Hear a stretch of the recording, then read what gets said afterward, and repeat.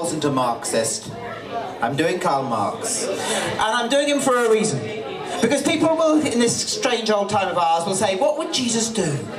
Well, this is what Karl Marx would say, which I think is probably more important. This is what he has to say to us after 140 years.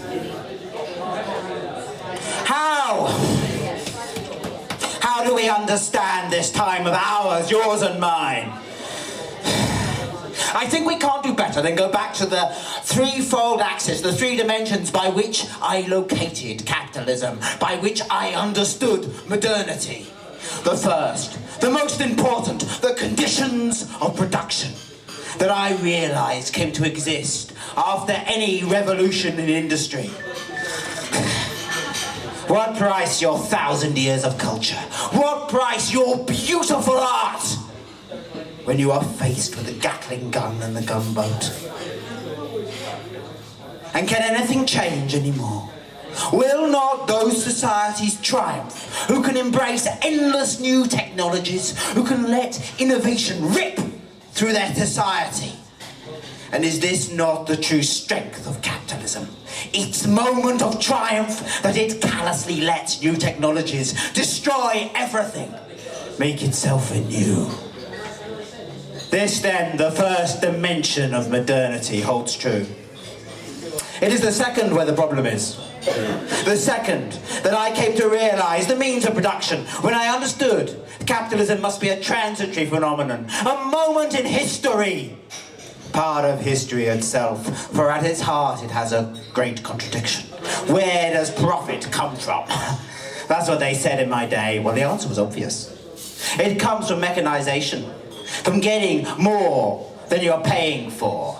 So it was, capitalists mechanized, got more from their labor force, could pay them less and less, making scarcity in the heart of plenty. But it could not last forever. In the end, there would be no workers left to sack, and the system would totter. But it would founder because of something else. In the end, it would run out of people to sell to. Between the Skiller and the Charybdis, what could go wrong? The system had to collapse. Unless, of course, technology leads to a tenfold expansion of the population of Europe. That would delay the revolution, but not forever. Unless there was a massive expansion of colonial activity, globalizing the world, opening up new markets by the butt of the gun. That would delay the revolution for a while, but not forever.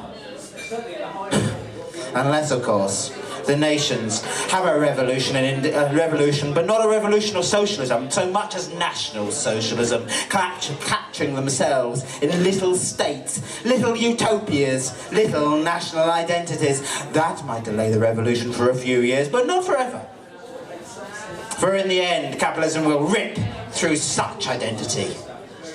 But maybe not before those nations have plunged themselves in two murderous world wars that destroy all of industry, meaning the whole system has to start again. That would delay the revolution for a while, but not forever. Not unless the entire world is divided into two parts. One side capitalist, one side peasant kleptocracy. That would delay the revolution. But the kleptocracy could not survive forever. It would not be able to innovate. It would founder. What could go wrong? Surely the revolution will happen. Unless, of course, the entire banking system could be so corrupt, so stupid, it allows the West to strip out its capitalist base, gives it to the East, allows the East to turn the West into its rich fodder, to strip back the wealth that was taken from it in the long days of empire. Well done, reactionary mole, you've done it again. But we'll dig deeper in the end. But what do you find? Just as this veritable Harry or Houdini that is capitalism has escaped, what do you find in the third axis? The one that's so important, the one the revolution has to start from, the ideology. For capitalism cannot understand itself for what it is, cannot understand its exploitation, must dress up its lies in myths and dramas of identity. myths and dramas of freedom, the freedom of speech, the freedom of thought, freedoms that are just a name for 1,000 little desires and 1,000,000 little coercions that have actual no reality when you look at them. And what do we find then? Just as the Harry Houdini of capitalism has escaped, what do you find? But a crisis of capitalism. A collapse in the faith that it will all go right in the end. A fear that it might not.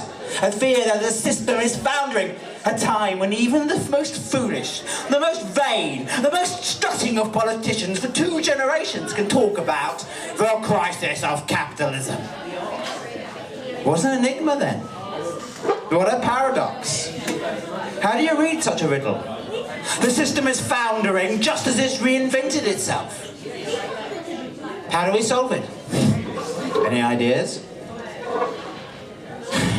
Maybe you have the same nightmare that I do, growing to near certainty in your mind that this is one of those problems, the kind of problems there might not be a solution to, the kind of enigma that the only solution is history,